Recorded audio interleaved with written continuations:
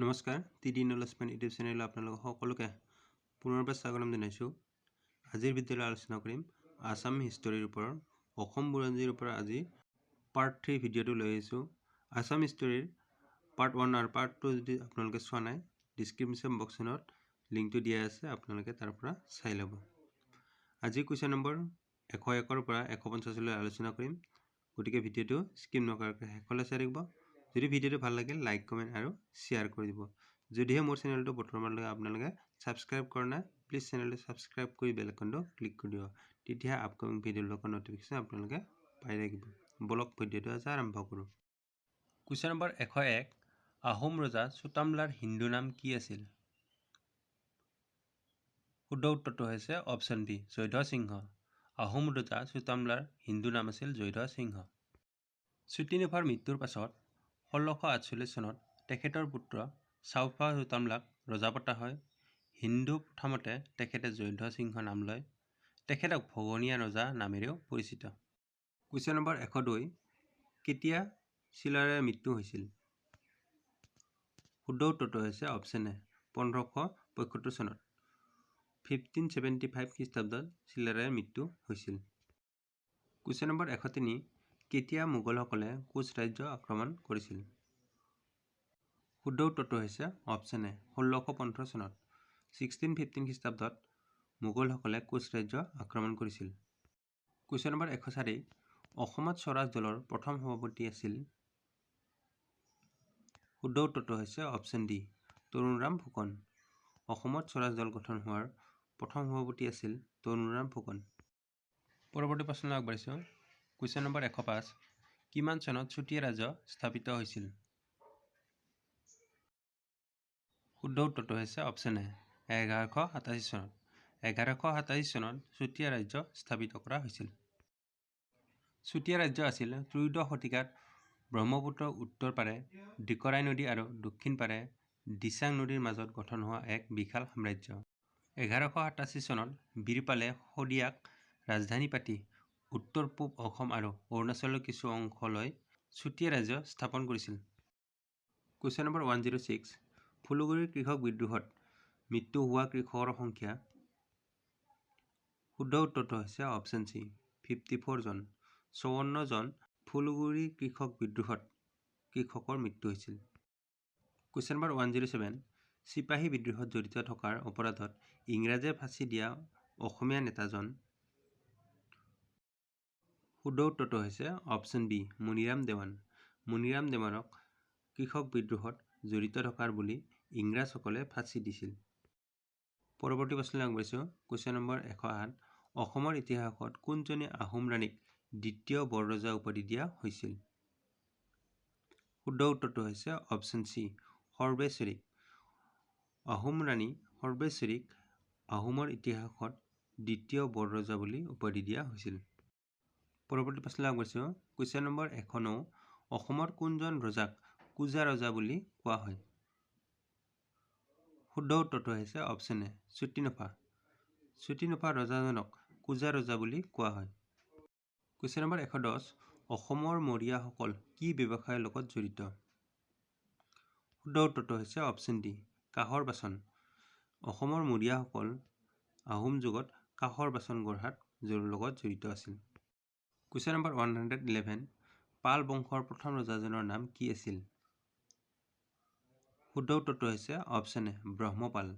পাল বংশৰ প্ৰথম ৰজাজনৰ নাম আছিল ব্ৰহ্মপাল। পাল ৰাজবংশ। পাল ৰাজবংশ আনুমানিক 990 খ্ৰীষ্টাব্দৰ পৰা 1138 খ্ৰীষ্টাব্দলৈকে কামৰূপ ৰাজ্যত ৰাজত্ব কৰিছিল। পাল ৰাজবংশৰ প্ৰথমজন ৰজা আছিল ব্ৰহ্মপাল। কুৱেশ্যন নম্বৰ 112, কোনগৰাকী আহোম ৰজাৰ দিনৰ পৰা আহোম ৰজাসকলক স্বৰ্গদেউ বুলি কোৱা হৈছিল? শুদ্ধ উত্তৰটো হৈছে option C, চুহুংমুং।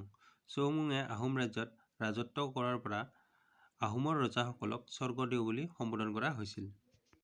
Question number 113, Lachit বৰফুকনৰ মৈদাম ক'ত আছে? শুদ্ধ উত্তৰটো হৈছে অপশ্যন ডি, যোৰহাটত। লাচিত বৰফুকনৰ মৈদাম যোৰহাটত অৱস্থিত। শৰাইঘাটৰ যুদ্ধৰ জয়ৰ পিছতেই 1672 চনৰ 25 এপ্ৰিলত লাচিত বৰফুকনৰ মৃত্যু হৈছিল। চাওফা উদয়াদিত্য সিংহই 1672 চনত যোৰহাটৰ পৰা 16 কিলোমিটাৰ আঁতৰত লাচিত মৈদাম নিৰ্মাণ কৰে।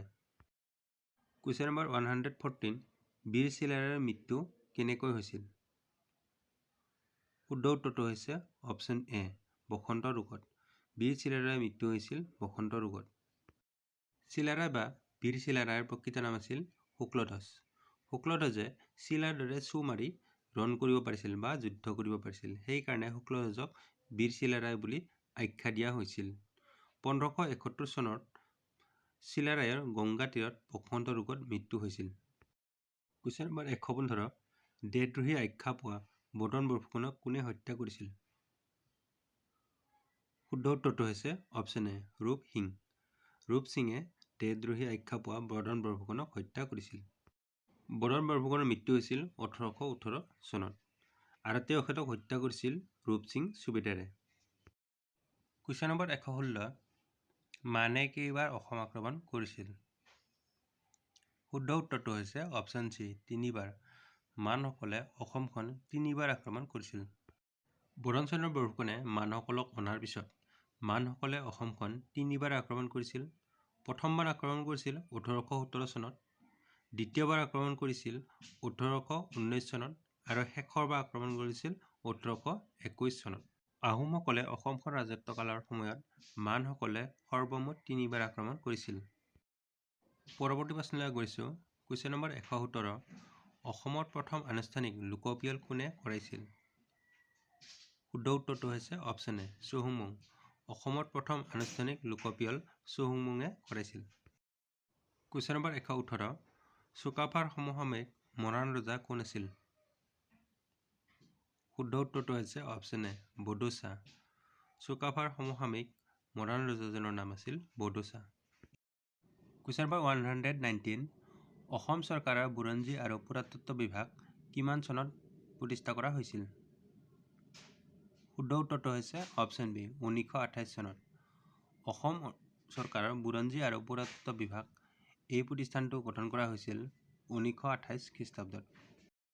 কুৱেশ্যন নম্বৰ 120 গুৰুচৰিতৰ ৰচক কোন আছিল? শুদ্ধ উত্তৰটো হৈছে অপশ্যন চি ৰামচৰণ ঠাকুৰ। গুৰুচৰিতৰ ৰচক আছিল ৰামচৰণ ঠাকুৰ।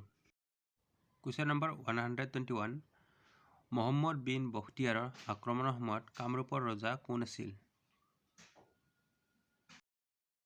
শুদ্ধ উত্তৰটো হৈছে অপশ্যন ডি পৃথু। মহম্মদ বিন বখতিয়াৰৰ আক্ৰমণৰ সময়ত কামৰূপৰ ৰজাজন আছিল পৃথু। মহম্মদ বিন বখতিয়াৰ খিলজীয়ে কামৰূপ ৰাজ্য 1206 খ্ৰীষ্টাব্দত আক্ৰমণ কৰিছিল। সেই সময়ত অসমত বা কামৰূপত ৰজা আছিল পৃথু। পৃথু ৰজাক জলপেশ্বৰ বুলিও জনা যায়।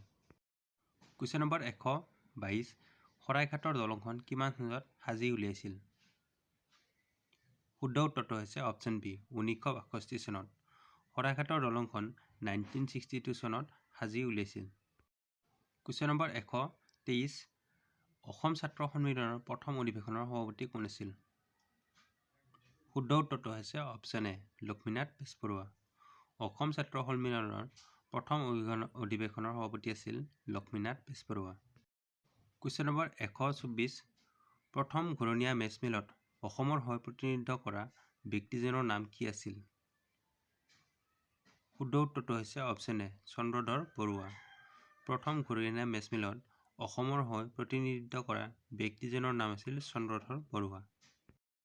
নেক্সট কুৱেশ্যন নম্বৰ 125 অসম আক্ৰমণ কৰা প্ৰথম তুৰ্কী সেনাপতি কোন আছিল? শুদ্ধ উত্তৰটো হৈছে অপশ্যন ডি মহম্মদ বিন বখতিয়াৰ। অসম আক্ৰমণ কৰা প্ৰথম তুৰ্কী সেনাপতি আছিল মহম্মদ বিন বখতিয়াৰ। তেওঁ আক্ৰমণ কৰিছিল 1206 খ্ৰীষ্টাব্দত। কুৱেশ্যন নম্বৰ 126 শংকৰদেৱৰ জনপ্ৰিয় সৃষ্টি কি? উত্তৰটো সকলোৱে জানে। শুদ্ধ উত্তৰটো হৈছে অপশ্যন চি কীৰ্তন ঘোষা। শংকৰদেৱৰ জনপ্ৰিয় সৃষ্টি হৈছে Kirtan Ghosha. Question number 127 British বিৰুদ্ধে যুঁজা প্ৰথম অসমীয়া কোন আছিল?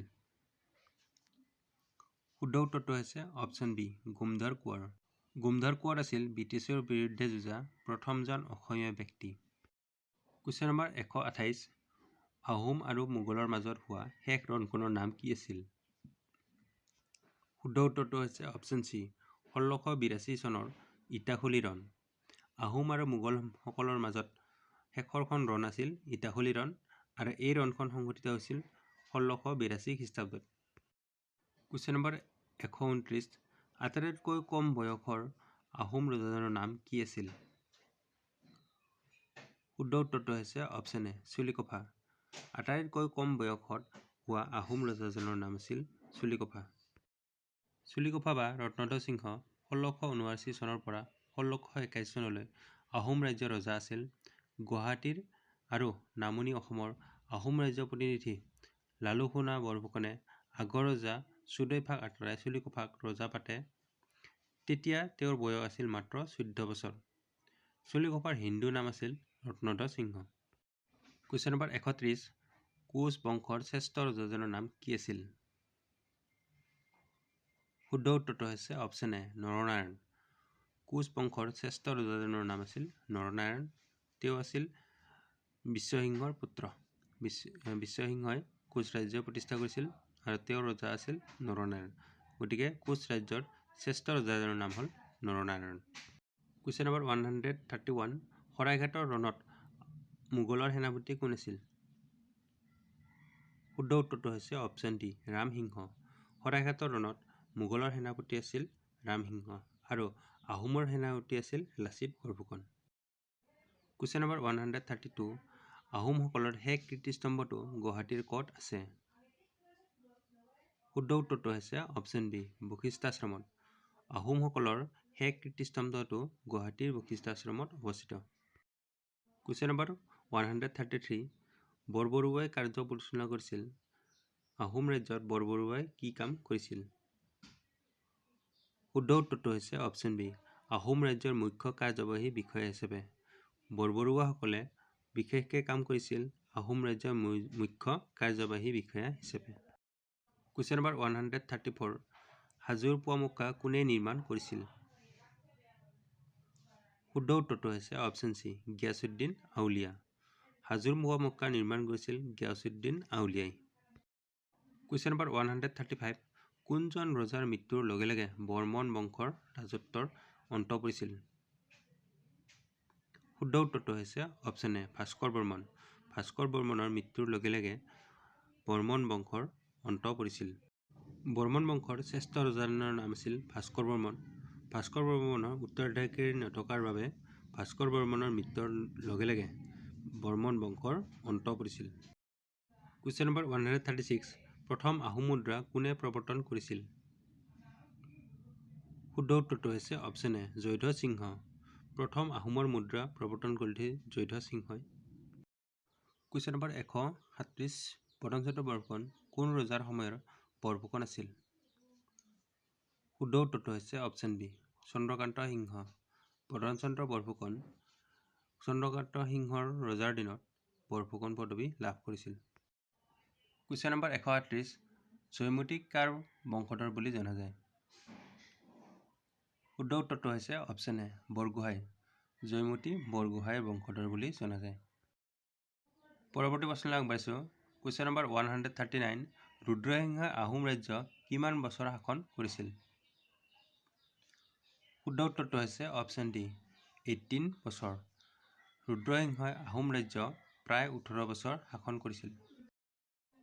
ৰুদ্ৰসিংহৰ পিতৃ গদাধৰ সিংহৰ মৃত্যুৰ পিছত 1696 খ্ৰীষ্টাব্দত আহোম মতে চাংফা আৰু হিন্দু ধৰ্ম মতে ৰুদ্ৰসিংহ নাম লৈ ৰুদ্ৰসিংহই আহোমৰ সিংহাসনত আৰোহণ কৰে। ৰুদ্ৰসিংহই আহোম ৰাজ্য প্ৰায় 18 বছৰ কাল ৰাজত্ব কৰিছিল। 1714 খ্ৰীষ্টাব্দত 8 দিনীয়া নৰিয়াত পৰি ৰুদ্ৰসিংহৰ মৃত্যু হৈছিল। কুৱেশ্যন নম্বৰ 140, নেঘেৰিটিঙৰ প্ৰসিদ্ধ শিৱ মন্দিৰ কোনে নিৰ্মাণ কৰিছিল? শুদ্ধ উত্তৰটো হৈছে অপশ্যন এ ৰাজেশ্বৰ সিংহ। নেঘেৰিটিঙৰ প্ৰসিদ্ধ শিৱ মন্দিৰটো ৰাজেশ্বৰ সিংহৰ ৰাজত্বকালত নিৰ্মাণ কৰা হৈছিল। কুৱেশ্যন নম্বৰ 141, নৱগ্ৰহ মন্দিৰটোৰ কোন চনত নিৰ্মাণ কৰা হৈছিল? শুদ্ধ উত্তৰটো হৈছে অপশ্যন বি 1752 চনত। 1752 চনত নৱগ্ৰহ মন্দিৰটো নিৰ্মাণ কৰা হৈছিল। নৱগ্ৰহ মন্দিৰ অসমৰ গুৱাহাটী মহানগৰৰ চিত্ৰেশ্বৰ পাহাৰ বা নৱগ্ৰহ পাহাৰত থকা এটা প্ৰাচীন মন্দিৰ। ইয়াৰ সূৰ্যকে ধৰি 9টা গ্ৰহৰ শিলাচিহ্ন আছে। ইয়াত থকা বিভিন্ন গ্ৰহৰ শিলাচিহ্নবোৰ হ'ল সূৰ্য, চন্দ্ৰ, মংগল, ৰাহু, শনি, কেতু, বৃহস্পতি, বুধ আৰু শুক্ৰ। এই মন্দিৰটো 1752 খ্ৰীষ্টাব্দত স্বৰ্গদেউ ৰাজেশ্বৰ সিংহই নিৰ্মাণ কৰিছিল। Question number 142। যোগিনী শাস্ত্ৰৰ মতে পুৰণি কামৰূপ ৰাজ্য কেইভাগত বিভক্ত আছিল? শুদ্ধ উত্তৰটো হৈছে অপশ্যন চি, 4 ভাগত। যোগিনী শাস্ত্ৰৰ মতে পুৰণি কামৰূপ ৰাজ্য 4টা ভাগত বিভক্ত আছিল। যোগিনী তন্ত্ৰৰ মতে কামৰূপ ৰাজ্য 4টা ভাগত বিভক্ত আছিল। সেই ভাগকেইটা হৈছে ৰত্নপীঠ, কামপীঠ, স্বৰ্ণপীঠ আৰু সৌমাৰপীঠ। Question number 143। অসমত কোনজন ৰজাই স্বৰ্গোৱালৈ অসমৰ ৰাজধানী তুলি নিছিল? শুদ্ধ উত্তৰটো হৈছে অপশ্যন এ, চুডাংফা। আহোমৰ ৰজা চুডাংফাই অসমৰ ৰাজধানী স্বৰ্গোৱালৈ তুলি নিছিল। Question number 144। কিমান চনত মিৰ্জুমলাই অসম আক্ৰমণ কৰে? শুদ্ধ উত্তৰটো হৈছে অপশ্যন ডি, 1662 চনত। 1662 চনত মিৰ্জুমলাই অসম আক্ৰমণ কৰিছিল। Question number 145। বাণ ৰজাৰ কন্যা কোন আছিল? শুদ্ধ উত্তৰটো হৈছে অপশ্যন চি, ঊষা দেৱী। বাণ ৰজাৰ কন্যাজনীৰ নাম আছিল ঊষা দেৱী। Question number 146। আহোমসকলে নিজকে কাৰ বংশধৰ বুলি পৰিচয় দিছিল? শুদ্ধ উত্তৰটো হৈছে অপশ্যন এ, স্বৰ্গৰ ৰজা ইন্দ্ৰৰ বংশধৰ। আহোমসকলে নিজকে স্বৰ্গৰ ৰজা ইন্দ্ৰৰ বংশধৰ বুলি পৰিচয় দিছিল। পৰৱৰ্তী প্ৰশ্নলৈ আগবাঢ়িছোঁ। Question number 147। আহোম যুগৰ মুদ্ৰাসমূহত ব্যৱহৃত প্ৰধান ভাষা তিনিটা কি কি? শুদ্ধ উত্তৰটো হৈছে অপশ্যন চি, আহোম, দেৱনাগৰী আৰু অসমীয়া। আহোম যুগত মুদ্ৰাসমূহত 3টা ভাষা ব্যৱহাৰ কৰিছিল। সেই ভাষা 3টা হৈছে আহোম, দেৱনাগৰী আৰু অসমীয়া। পৰৱৰ্তী প্ৰশ্নলৈ আগবাঢ়িছোঁ। Question number 148। লণ্ডনলৈ গৈ চেলবৰ্ণ কমিটিত অসমৰ হৈ ওকালতি কৰা নেতাজনৰ নাম কি আছিল? শুদ্ধ উত্তৰটো হৈছে অপশ্যন বি, চন্দ্ৰধৰ শৰ্মা। লণ্ডনলৈ গৈ চেলবৰ্ণ কমিটিত অসমৰ হৈ ওকালতি কৰা নেতাজনৰ নাম আছিল চন্দ্ৰধৰ শৰ্মা। পৰৱৰ্তী প্ৰশ্নলৈ আগবাঢ়িছোঁ। Question number 149। অসমত দাহ প্ৰথা কেতিয়া বিলুপ্ত সাধন কৰা হয়? শুদ্ধ উত্তৰটো হৈছে অপশ্যন চি, 1843 চনত। অসমত দাহ প্ৰথাৰ বিলুপ্ত সাধন কৰা হৈছিল 1843 চনত। পৰৱৰ্তী প্ৰশ্নলৈ আগবাঢ়িছোঁ। Question number 150। আহোমসকল পাটকাই পাহাৰ পাৰ হৈ অসমত প্ৰৱেশ কৰোঁতে কোন জনগোষ্ঠীয়ে আগভেটি যুদ্ধ কৰিছিল? শুদ্ধ উত্তৰটো হৈছে অপশ্যন ডি, নগা জনগোষ্ঠীয়ে। আহোমসকল যেতিয়া চীন দেশৰ মাওলুঙৰ পৰা পাটকাই পৰ্বত পাৰ হৈ অসমলৈ প্ৰৱেশ কৰিছিল, তেতিয়া সেই সময়ত পাটকাই পাৰ হৈ আহোঁতে নগা জনগোষ্ঠীয়ে আহোমসকলক আগভেটি ধৰি যুদ্ধ কৰিছিল। আজিৰ এই ভিডিঅ'টোত অসম বুৰঞ্জীৰ 50টা MCQ আলোচনা কৰা হ'ল। ভিডিঅ'টো কেনেকুৱা লাগিলে আপোনালোকে কমেণ্ট কৰি জনাব। যদি ভিডিঅ'টো ভাল লাগিলে লাইক, কমেণ্ট আৰু শ্বেয়াৰ কৰি দিব। যদি চেনেলটো বৰ্তমানলৈকে আপোনালোকে ছাবস্ক্ৰাইব কৰা নাই, প্লিজ চেনেলটো ছাবস্ক্ৰাইব কৰি বেল আইকনটো ক্লিক কৰি দিব। তেতিয়াহে আপকামিং ভিডিঅ'ৰ নটিফিকেশ্যন আপোনালোকে পাই থাকিব। অসম বুৰঞ্জীৰ পাৰ্ট 1 আৰু পাৰ্ট 2 ভিডিঅ'টো যদি আপোনালোকে চোৱা নাই, ডিছক্ৰিপশ্যন বক্সত লিংকটো দিয়া আছে, তাৰ পৰা ভিডিঅ'বোৰ চাই ল'ব। ভিডিঅ'টো শেষলৈ চোৱাৰ বাবে অশেষ ধন্যবাদ।